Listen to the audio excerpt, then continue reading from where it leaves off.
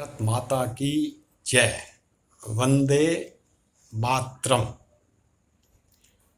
महात्मा गांधी जी ने एक बार young India के संपादकीय में लिखा था, अहिंसा कायरों का भरोसा नहीं, वीर हृदय की प्राण वायु है। हिंसा की चमक से जो चौंधिया नहीं गए हैं, वे अहिंसा की शक्ति जीवन के पग पग में पाएंगे। अहिंसा व्यक्ति और समाज दोनों का एक सा रक्षक है। वह निराधार आधारहीन की सत्व सिद्धि का साधन है। वह युद्ध जनित आपदाओं का एकमात्र उपचार है। मेरा तो जीवन ही तब सफल होगा जब मैं अहिंसा का अर्थ घट घट में बिठा सकूं। तो महात्मा गांधी जी के विषय में लोगों को यह भ्रम हो गया है कि वे अहिंसा के पुजारी थे। उनका सूत्र वाक्य था, अहिंसा परमो धर्मो। आप दर्शन करें, रामचरितमानस के उत्तरकांड में श्री गरुड़ जी ने काकभुसुंडी से प्रश्न किया कि महाराज परम धर्म क्या है। तो काकभुसुंडी जी ने उत्तर दिया कि पारामा धारामा श्रुति विदित अहिंसा और पारा निंदा सम अघ्न गरीसा। वेदों के अनुसार अहिंसा ही परम धर्म है। काकभुसुंडी ने गरुड़ जी को उद्बोधन किया कि वेदों का ऐसा मत है कि अहिंसा ही परम धर्म है। अब ये अहिंसा परमो धर्मो, ये सूत्र आया कहां से? पहले हम इसका दर्शन करें और फिर महात्मा गांधी जी के तथाकथित अहिंसा परमो धर्मों का हम विश्लेषण करेंगे। महाभारत के वन पर्व में अहिंसा परमो धर्मो श्लोक है, लेकिन जो उद्धृत किया जाता है वो आधा अधूरा श्लोक है। पूरा श्लोक महाभारत के वन पर्व में उल्लिखित है। पांडवों को जुआ हारने के कारण 12 वर्ष का वनवास हो गया है और वो वनवास की अवधि में इधर उधर जंगलों में भटक रहे हैं और वनाटन करते समय उन्हें वन में जो ऋषि मुनि महात्मा साधु संत मिलते हैं, उनसे ज्ञान की चर्चा करते हैं, उनसे ज्ञान प्राप्त करते हैं। और इसी क्रम में आज वे मार्कंडे ऋषि जी के आश्रम में आए हैं।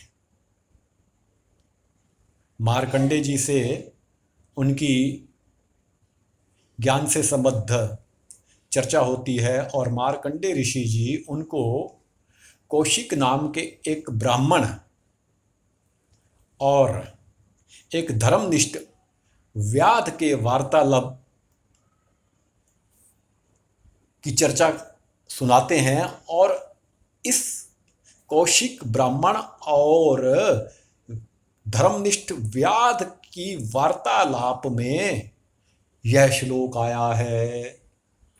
पूरा श्लोक क्या है? अहिंसा परमो धर्म, धर्म हिंसा तथैव च। अहिंसा परम धर्म है, लेकिन इस परम धर्म की रक्षा के लिए यदि आपको हिंसा का मार्ग अपनाना पड़े तो ऐसी स्थिति में हिंसा परम धर्म है। यह महाभारत का श्लोक है। अहिंसा परमो धर्मो, धर्म हिंसा तथैव च। धर्म की रक्षा के लिए यदि आपको हिंसा करनी पड़े तो इस समय हिंसा करना आपका परम धर्म है। इसको आप बड़े एक संक्षिप्त उदाहरण से समझने का विनम्र प्रयास करें। बाईं ओर चलना यह यातायात का नियम है, हमें बाईं ओर चलना चाहिए, इसमें हमारी सुरक्षा है। हमारी सुरक्षा के लिए नियम बना है कि कीप लेफ्ट, बाईं ओर चलें। अब हम बाईं ओर चले जा रहे हैं और देखते हैं कि सामने से एक ट्रक गलत दिशा से चला आ रहा है, और यदि हम सड़क के नियमों का पालन करते हुए बाईं ओर ही चलते रहे और ट्रक हमें कुचल करके चला जाएगा, तो ऐसी स्थिति में हमारा दायित्व क्या बनता है कि हम भाग करके दाएं आ जाएं, तभी हमारी सुरक्षा हो पाएगी, अन्यथा ट्रक हमें कुचल देगा। तो इसका तात्पर्य यह नहीं है कि हमने सड़क के नियम को तोड़ दिया है। सड़क का नियम तो यह है कि बाएं चलिए, और हम दाएं भाग करके आ गए। ये बाएं चलने का नियम हमारी सुरक्षा के लिए बना था, और हमने देखा कि बाएं चल करके हमारी सुरक्षा नहीं हो रही है, तो हमें भाग करके दाएं आ जाना पड़ा। इस समय दाएं आ जाना यह हमारा धर्म था, क्योंकि हमारी सुरक्षा दाएं आने में थी। तो इसी प्रकार से अहिंसा परम धर्म है, लेकिन यदि सामने वाला हिंसा पर उतारू हो गया है और उसको अहिंसक बनाने के लिए हिंसा का सहारा लेना पड़े, तो ऐसी स्थिति में हमारा हिंसा पर उतारू हो जाना परम धर्म है। इसका आप दर्शन रामचरितमानस में कर सकते हैं। पहले हम रामचरितमानस के ब्याज से इसका दर्शन करते हैं, और फिर देखेंगे कि महात्मा गांधी ने अहिंसा शब्द का कितना गलत अर्थ लेकर के भारतीय जनमानस को भ्रम की स्थिति में डाल करके कितना भारतीय जनमानस के साथ अत्याचार किया, अनाचार किया है। रामचरितमानस में आप दर्शन करें। राघवेंद्र रामभद्र लंका पर आक्रमण करने के लिए लंका की ओर सदल बल बढ़े चले जा रहे हैं। मार्ग में समुद्र आ गया है, समुद्र को पार करना है।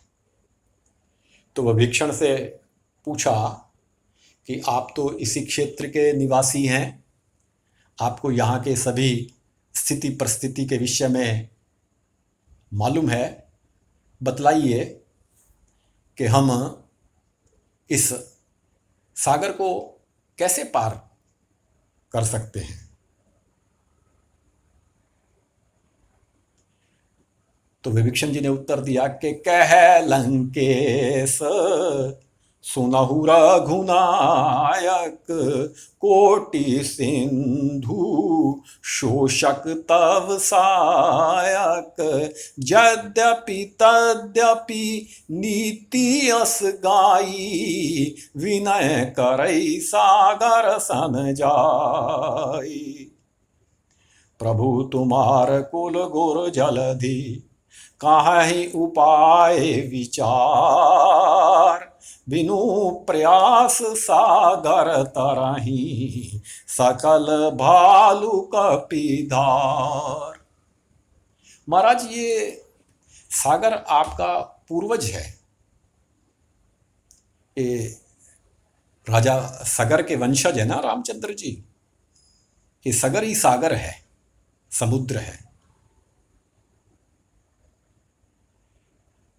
तो विभीषण जी ने कहा ये आपका कुलगुरु है, आपका पूर्वज है, आप इससे प्रार्थना कीजिए, ये आपको मार्ग दे देगा।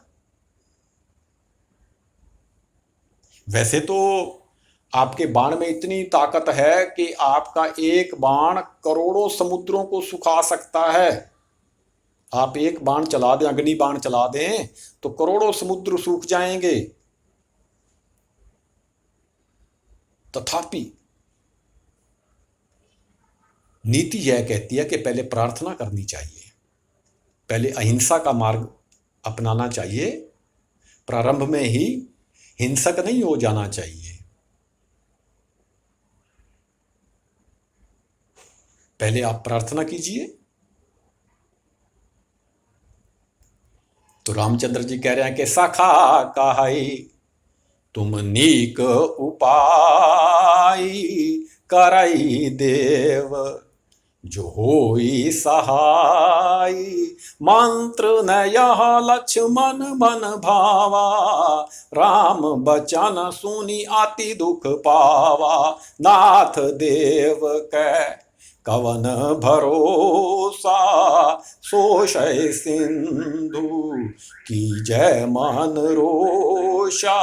कादर मन कह एक अधारा, देव देवस आलसी पुकारा। सुनत वचन सुनत वेहसी, बोले रघुबीरा। ऐसे करब धरहु मान धीरा, आस कहे प्रभु अनुजहि समुझाई। सिंधु समीप गए रघुराई, प्रथम प्रणाम। तो रामचंद्र जी ने कहा कि हे विभीषण जी, आपने बिल्कुल ठीक उपाय बताया है, हम पहले सागर से प्रार्थना ही करेंगे।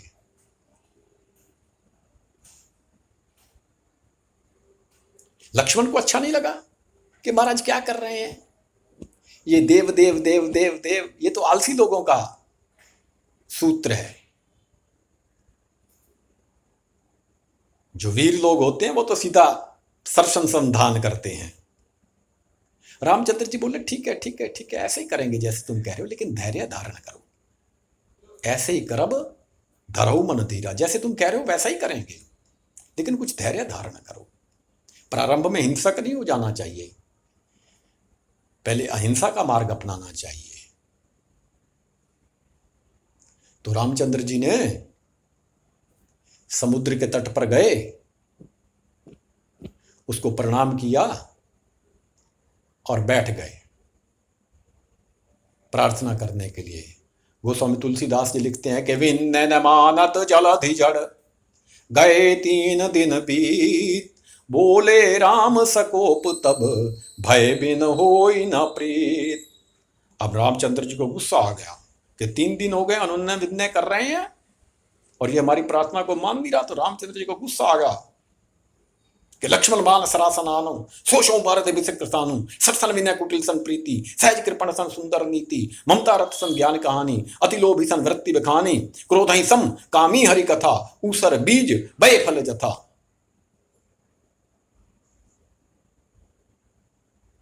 कमाल है, हम प्रार्थना कर रहे हैं और ये हमारी प्रार्थना पर ध्यान नहीं दे रहा है।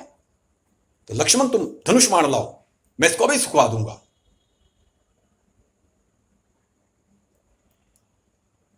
लक्ष्मण जी कहते हैं महाराज मैं तो पहले यही बात कह रहा था।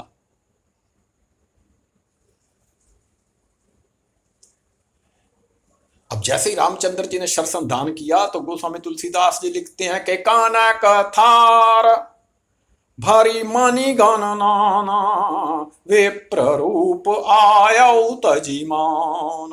रामचंद्र जी ने शरसंधान किया तो सोने के थाल में मणि माणिक हीरे जवाहरात भर करके समुद्र रामचंद्र जी के सामने प्रकट हो गया और विनय करने लग गया। तो रामचंद्र जी ने पहले तो अहिंसा का मार्ग अपनाया। लक्ष्मण जी विरोध कर रहे थे, लक्ष्मण जी का विरोध सहते हुए भी रामचंद्र जी ने पहले अहिंसा का मार्ग अपनाया। और जब देखा कि अहिंसा का मार्ग अपनाने से कार्य नहीं बन रहा है तो फिर वैकल्पिक हिंसा का मार्ग अपनाया। लेकिन गांधी जी ने ऐसा नहीं किया। गांधी जी आधा अधूरा हिंसा का अलाप अलापते रहे। अहिंसा परमो धर्मो, अहिंसा परमो धर्मो। हमारे जैन संप्रदाय में भी अहिंसा परमो धर्मो इस संप्रदाय का सूत्र वाक्य है। वह अहिंसा पर बहुत बल दिया जाता है।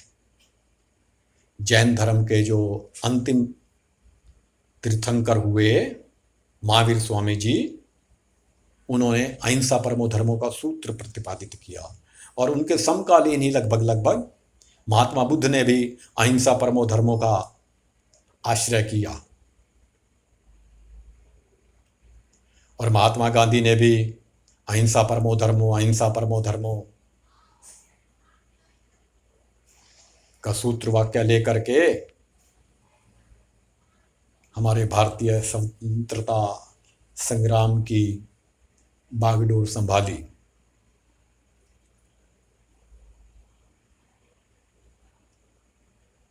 अब उन्होंने अहिंसा परमो धर्मो का पूरा सूत्र तो समझा ही नहीं, पूरा सूत्र उन्हें पता भी नहीं होगा कि अहिंसा परमो धर्मो धर्म हिंसा तथैव च। यदि अहिंसा से आपका कार्य नहीं बन रहा है तो आपको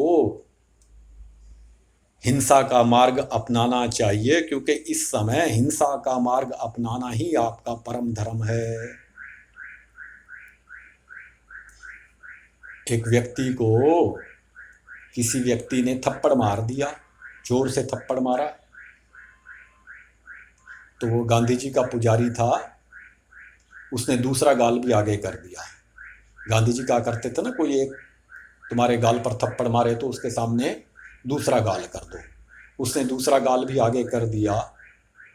उस व्यक्ति ने उसके दूसरे गाल पर भी थप्पड़ मारा जोर से, और बोले ला तीसरा गाल अब कहाँ है। व्यक्ति ने सोचा भाई अजीब बात है। उसने क्या किया, उसने इतनी जोर से उस व्यक्ति के गाल पर थप्पड़ मारा और बोला ले अब तीसरा गाल यहां है। जिसने 2 थप्पड़ मारे थे ना, उसने दुगने जोर से उसके गाल पे थप्पड़ मारा, ले अब तीसरा गाल यहां है। अर्थात अहिंसा की एक सीमा होती है, उसके पश्चात भी यदि सामने वाला हिंसा नहीं छोड़ रहा है तो फिर आपको हिंसक होना ही पड़ेगा। यही आपका धर्म है।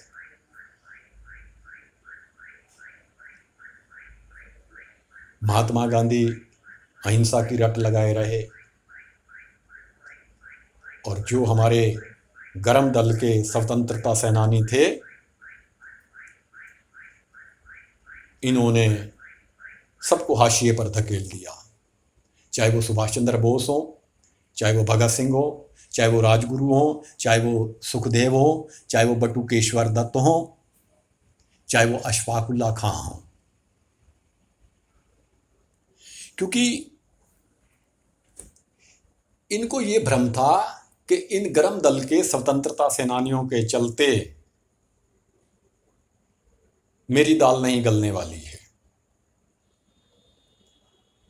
इन्होंने जो ये अहिंसा का आंदोलन चलाया हुआ था, ये देश की स्वतंत्रता के लिए नहीं था, ये अपनी छवि चमकाने के लिए था। उसका मुख्य हेतु अपनी छवि चमकाना था। देश की स्वतंत्रता का तो एक बहाना था, और इस कारण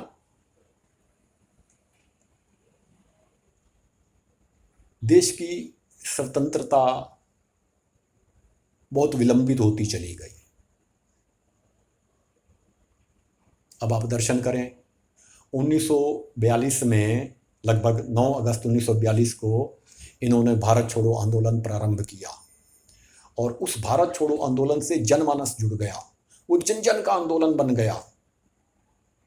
पूरा देश का बच्चा बच्चा उस भारत छोड़ो आंदोलन से जुड़ गया, और अंग्रेजों के कहने पर इन्होंने उस भारत छोड़ो आंदोलन को वापस ले लिया। अंग्रेजों ने इनको आश्वासन दिया कि आप अपना भारत छोड़ो आंदोलन वापस ले लो, और भारतीय सैनिक विश्व युद्ध में इंग्लैंड का साथ दें, तो हम आपको आज़ादी दे देंगे। एक कितना बड़ा लॉलीपॉप दिया। और महात्मा गांधी, पता नहीं इनकी कोई भीतर की साठगांठ थी, पता नहीं क्या था, इन्होंने भारत छोड़ो आंदोलन वापस ले लिया और जो स्वतंत्रता हमें 1942 में प्राप्त हो जानी चाहिए थी वो 5 वर्ष के लिए विलंबित हो गई।